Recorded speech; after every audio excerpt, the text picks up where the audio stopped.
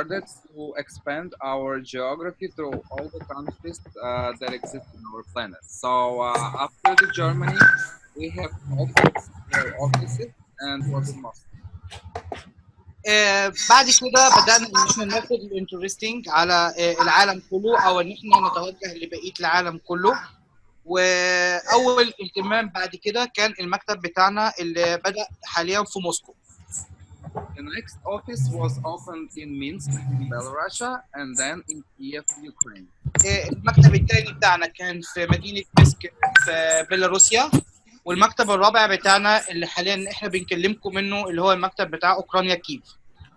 The main reason why the founder decided to go to the eastern part is just because the affiliate marketing wasn't developed in these countries. السبب الاساسي اللي خلانا نتوجه لبلاد الشمال او بلاد الشمال والشرق الاوسط ان هم شافوا ان في بوتنشال عالي جدا هناك في البلاد ديت، وان الشركات ادتكم باك جراوند وحش جدا بالنسبه للشركات، وهم عندهم استعداد ان هم يحسنوا او يطوروا من مجال الشركه. Right now we have offices in China, in Shanghai, in India. We also have office in Dubai, and also our main headquarter, of course, is in Germany.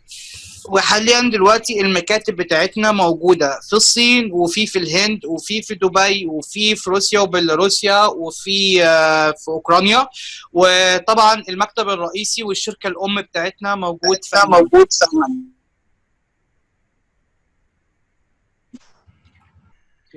Yes, and right now, as an international department, we are operating in about 205 countries, including small islands in Pacific Ocean.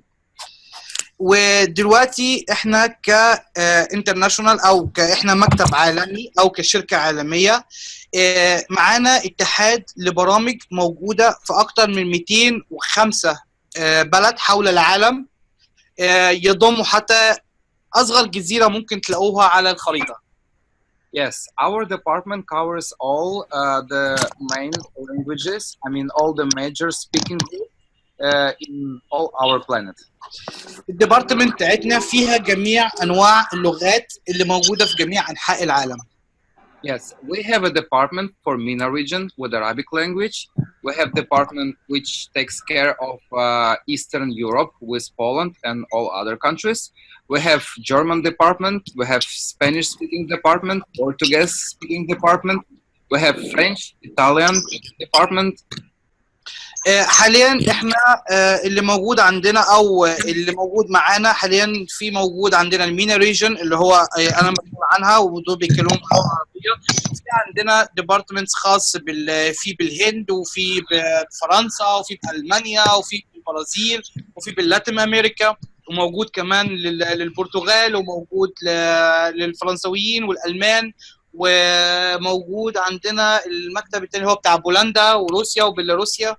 احنا بنغطي او جميع لغات العالم بنغطيها كامله من المكتب هنا. Our main mission is to provide the best possible service to our publishers and partners, which includes the personal meetings and creating the best relationships with all our partners, no matter in which country they live.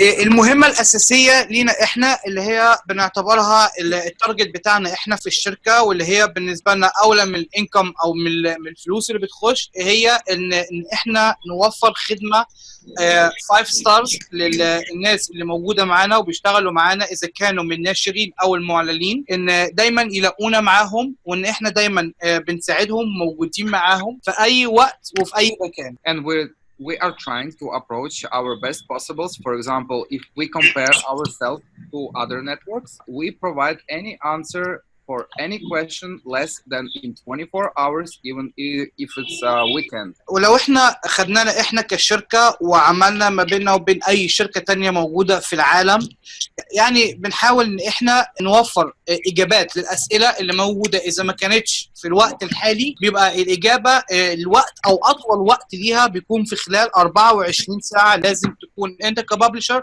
او ادفرتايزر حصلت على الاجابه بتاعتك. And we are also proving that the advertising in internet is more sufficient than advertising on television, on radio, because on this advertising you can earn money. واحنا برضو بنأكد ان المعلنين اللي موجودين على الانترنت او الشغل بتاع الانترنت او التسويق على الانترنت خطة نجاح عالمية جدا، وهي الخطة المستقبلية اللي هتكون موجودة، وهي فعلا نجاح للمعلنين اكتر من ان هو يروح يسوق لنفسه او في الكلاينت. And now I wish everyone a great webinar, and I pass the word to my colleague, Mr. Ahmed إبراهيم. وانا بتمنى لكم حاليا وبينار سعيد، وان هو بيديني انا الكلمة. Yes.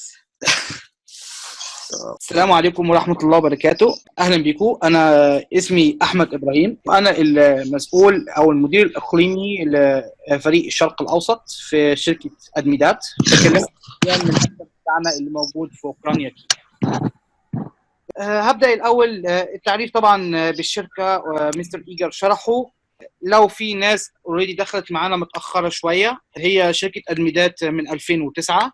احنا لينا اكتر من 8 مكاتب موجودين بيحتوي على جميع لغات العالم، وبندي السيرفيس بتاعنا لجميع لغات العالم ولاي حد في اي مكان في العالم ان شاء الله، حتى يكون موجود في زي ما هو قال طياره وسط المحيط.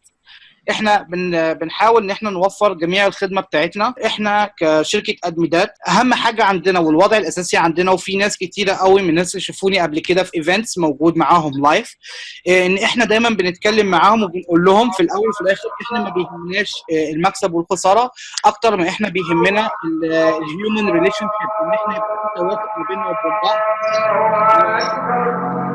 وان احنا يبقى ما بيننا وبين بعض بنحاول ان احنا فعلا بنوثق العلاقه ديت، لان العلاقه هي اللي بتبني اي حاجه. بالنسبه لينا احنا كشركه او عامه شركه admitad، زي ما قلت لكم احنا بنخلي الموضوع بتاع البيزنس او الجلوبال بيزنس ده بعدين، لان احنا اي حاجه بتعتمد بيننا وبين بعض في الاول وفي الاخر على العلاقه الشخصيه. لو العلاقه الشخصيه ما بيننا وبين بعض قويه، وان احنا بنحاول ان احنا نودد العلاقه ديت، وان احنا نخدم او ندي الخدمه بقدر المستوى او نديكم خدمه 5 نجوم، ده اهم بكتير جدا من الشغل، لان الشغل بيجي بعدين. في شركات كتيره عندها 200,000 ادفرتايزر، بس انت كبابلشر عمرك ما بتقدر ترتاح معاهم، لان الناس ما بتردوش عليك مهما اتصلت عليهم، ما بيردوش عليك مهما قربت منهم، ما فيش حد خالص بيديك اي اهتمام. اولا انا كنت عايز اعرفكم بحاجه بسيطه جدا يا جماعه، احنا كافيليت مانجرز احنا مش كائنات فضائيه. يعني احنا ناس عاديين جدا، وي ار هيومن، احنا بشر زينا زيكم، مفيش اي حاجه يعني بنخترعها زياده بنعملها زياده عن اي حد فيكم. احنا همزه وصل ما بينكم وما بين الشركه. انتوا في الشركه دي لازم تعرفوها كويس. انا زي ما انا قلت لكم، انا ولا انا كائن فضائي ولا انا صاحب الشركه. يعني حضرتك ما ينفعش تيجي لي النهارده او تيجي الافليت مانجر تقول له فين فلوس، انا عايز فلوسي النهارده، او انا محتاج النهارده، او اعمل لي ده النهارده. ما هو مش صاحب الشركه. الموضوع بيعدي معانا على ادارات. الاداره عندنا ما بيعتبرش يعني بيبقى كوليج او زميل ليك قاعد جنبك في المكتب، بتقوم مخبط على كتفه وتقول له لو سمحت اعمل كذا. ده بيبقى في اداره وفي حسابات وبيعدي على مديرين تانية. الراجل دوت اللي موجود ثقة، يعني خليك في كامل الثقه بتاعتك ان الافليت مانجر بتاعك هو انت في الشركه. الراجل ده مهمته ان هو يساعدك، هو ملوش يعني هو دي شغلته. الراجل ده شغال هناك ان هو يساعد، لان حاجه بسيطه جدا احنا بنعرفها ولازم نفهمها كويس. طول ما انت بتكسب الراجل ده بيكسب، دي احنا لازم نعتمد عليه. هو مش من مصلحته ان هو يوقف لك شغلك. الكلام ده يا جماعه مش ليا انا بس، ده ليا لحضراتكم، لاي افليت مانجر انتوا بتتعاملوا معاه في اي شركه تانية. مش لازم تكون مثلا فقط admitad. الناس دي بتحاول ان هي تساعدكم، وان احنا بنحاول بقدر الامكان ان احنا نساعدكم، وان احنا نديكم الامكانيات اللي احنا نقدر عليها. بنحاول احنا دايما نبقى في ظهركم. دلوقتي احنا هنبدا. مستر نعيم، حضرتك موجود؟ مع حضرتك مستر نعيم، حضرتك هتبدا نبدا ان احنا نعمل شرح ازاي ان احنا بنقوم بعمليه التسجيل في موقع admitad. تمام، ثانيه واحده هشير السكرين. تمام مع حضرتك. انا مستني. اتمنى من الحاضرين معايا واللي مش مسجلين اوريدي في شركه admitad، ارجو منكم تبداوا حاليا دلوقتي. مستر نعيم لو سمحت ممكن بعد اذن حضرتك تبعت الريفرال لينك اللي موجود عند حضرتك للناس. مهمه الريفرال لينك ده يا جماعه ان في بقى دي كده هيبقى في بونص. البونص ده هيكون فقط خاص بالناس اللي هي سجلت عن طريق شركه عرب وبينار. فاتمنى ان الناس تتابع معانا التسجيل من ريفرال لينك اللي هيديهولنا مستر نعيم حاليا. حضرتك مستر نعيم هتضغط على زرار جوين باللون الاحمر. تمام. الشركة ده ظاهر. تمام. طيب مستر نعيم نبدأ. تمام مع حضرتك. ثانيه واحده. استاذ نعيم حضرتك هتخش على ايام بابلشر. تمام. لا بابلشر مش ادفرتايزر. سوري. اوكي استاذ نعيم في الانتروديوس يور سيلف حضرتك لازم يكون الاسم صح، اسمك واسم العائله. جماعه لازم يكون الاسم صح، انا باكد عليها بدل المره 3 لان الاسماء دي بعد كده احنا لازم بنتاكد منها بالصوره حضرتك من البطاقه الشخصيه بتاعتك بترفعها، فلازم يكون الاسم ده صح. تمام. استاذ احمد يكون اسم العائله هو اللاست نيم ولا عشان في ناس بتتكلم؟ بالنسبه للعرب يعني بيبقى هو اللي هو الاسم الرابع. يعني زي انا مثلا اسمي احمد محمد معوض ابراهيم، فالاسم بتاعي احمد ابراهيم، نفس النظام من البطاقه الشخصيه، ده اسم عائله. طبعا استاذ نعيم هنا انت مش محتاج تدي المعلومات الصح لان دوت مجرد تيست اكونت، فانت ممكن تكتب اي حاجه. بالنسبه لليور ستاتوس دي دايما نخليها انديفيدوال، لان حضرتك لو مش انديفيدوال وغيرت ديت خليتها كومباني هيطلب منك اوراق اثبات. يعني حضرتك لو غيرت ديت لليجل انتيتي انت هيطلب منك بعد كده اوراق اللي هي للشركات الكبيره، فخليها انديفيدوال. بعد كده بتختار البلد بتاعت حضرتك اللي هي يور كانتري. حضرتك اذا كنت من مصر من تونس من المغرب من الجزائر البلد الخاصه بيك. الايميل اتمنى يكون ايميل فعلا فعال وموجود وشغال عندكم، لان الايميل ده بيكون هو وسيله الاتصال الدايما ما بينكم وما بين الشركه بعدين. يعني اي عروض جديده بتنزل في الشركه مجرد ما بتنزل عندنا في الداشبورد بتتبعت لكم على الايميل دوت. فارجو ان الايميل ده فعلا يكون ايميل موجود ومفعل وشغال، مش من الايميلات اللي منسيه او حد حط اي ايميل وخلاص. تمام استاذ نعيم. اللوج ان تختار اللوج ان اللي بيريحك، اي اسم انت عايزه. تمام. باسورد. اوكي الباسورد كلمه السر اللي حضرتك عايزها. اهم حاجه يا جماعه ان اللوج ان والباسورد ما يتنسوش، يعني دول لان دول بعد كده اللي استخدامك انت فتح الاكونت بتاعك بعدين، دول مهمين جدا انت ليك انت بالنسبه لك الاكونت بتاعك بعدين. اوكي تمام. اي اجري. وبعد كده انسح شويه بالشاشه هتلاقي عندك نيكست ستيب او فولو كونتينيو تو نيكست ستيب ساين اب. هنا في شرح مهم جدا يا جماعه بالنسبه يور اد سبيس تيب. لو استاذ نعيم لو فتحت يور اد سبيس تيب هنلاقي فيها اكتر من تيب يا جماعه، دي لازم ناخد بالنا منها كويس جدا. اذا كنت انت ويب سايت او انت كونتكستوال ادفرتايزر او حضرتك سوشيال نتورك ولا عندك يوتيوب تشانل او عندك دوراواي بيج، يعني الموقع بتاعك من المواقع اللي هي بتعتمد على الفاترين اللي هي بتاخد الناس، انت بتحط اعلانات للناس تانيين عندك على الموقع، فلما بيضغط عندك على الحاجه دي بتبعتهم دايركت على الموقع بتاعهم. او في عندك الماس ايميل سندنج، يعني حضرتك لو انت عندك داتا خاصه بالايميلات وطبعا دي بتحتاج الايميل بتاعك. وبعد كده في عندك الاربيتراج ايجنسي، ده لو انت بتشتغل اربيتراج، يعني انت عندك الايميل بتاعك على الادورد. الدروب شيبينج طبعا زي ما احنا عارفين دول الناس اللي هم عندهم او شغالين على الشوبيفاي. فحضرتك استاذ نعيم انت ممكن يعني معظم الناس بيخشوا عن طريق السوشيال نتورك، ممكن تختار السوشيال نتورك. تيب اوف سوشيال نتورك حضرتك هتفتح ديت وهنختار فيها بروفايل اور تارجت ادفرتايزنج. لو اخترت جروب هتصعب العمليه شويه لان انت كده لازم بتقدم لهم او بتقدم للشركه جروب خاص بالمبيعات، فده بيبقى ليه وسائل طرق ثانيه. هنختار بعد كده السوشيال نتورك، هتختار منها طبعا لو حضرتك انت عندك دوت اذا كان ماي وورلد اذا كان اوكي او بنترست او تويتر او فيكي، فاحنا طبعا شغالين على الفيسبوك هنخليها فيسبوك. اد سبيس نيم دوت اسم الاد سبيس بتاعك او اسم الموقع بتاعك اللي انت عايز تحطه، يعني انت شوف انت عايز تسميه الموقع دوت ايه، وهو دوت الاسم اللي هيظهر لك بعد كده في الداشبورد ان المبيعات جات لك من الموقع ده. فالاسم دوت بيبقى براحتك انت اللي بتحطه. السيلز ريجن حضرتك انت ممكن تختار فيه اكتر من بلد، وديت البلاد المستهدفه او ديت البلاد اللي حضرتك بتستهدفها للمبيعات.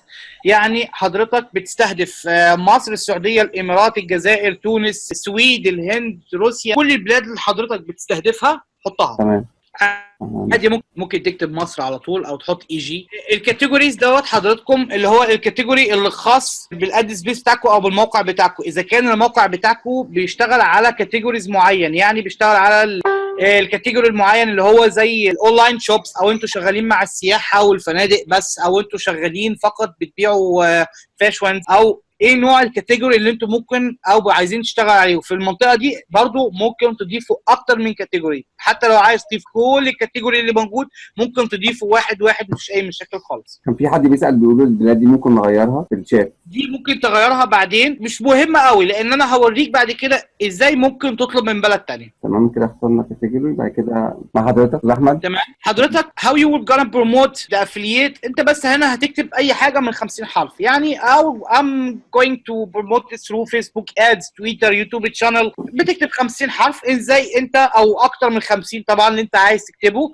ان انت ازاي هتبدا او انت هتسوق ازاي للبرامج اللي موجوده عندنا، او ايه طرق تسويقك للبرامج اللي موجوده عندنا، ايه الوسيله اللي هتستخدمها. فهنا عادي جدا انت ممكن تكتب اول بروموت او يور اوفرز وتحط جنبها فيسبوك ادز، تويتر، كل اللي انت عايزه، يوتيوب شانل، اي حاجه انت عايزها. اكتب اي كلام، اكتب اي كلام بس مستر نعيم، مش لازم يكون اي حاجه، عدي بيها ال 50 بس. تمام. واعمل كونتينيو ساين اب. كده الرساله دي يا جماعه وصلتكم، دي معناها ان انتوا عملتوا سكسسفول ساين اب. دلوقتي المرحله الجايه ان انتوا تنتقلوا للايميل بتاعكم اللي انتوا حطيتوه، لان هتوصلكم رساله من admitad عليه اللي هي رساله تفعيل.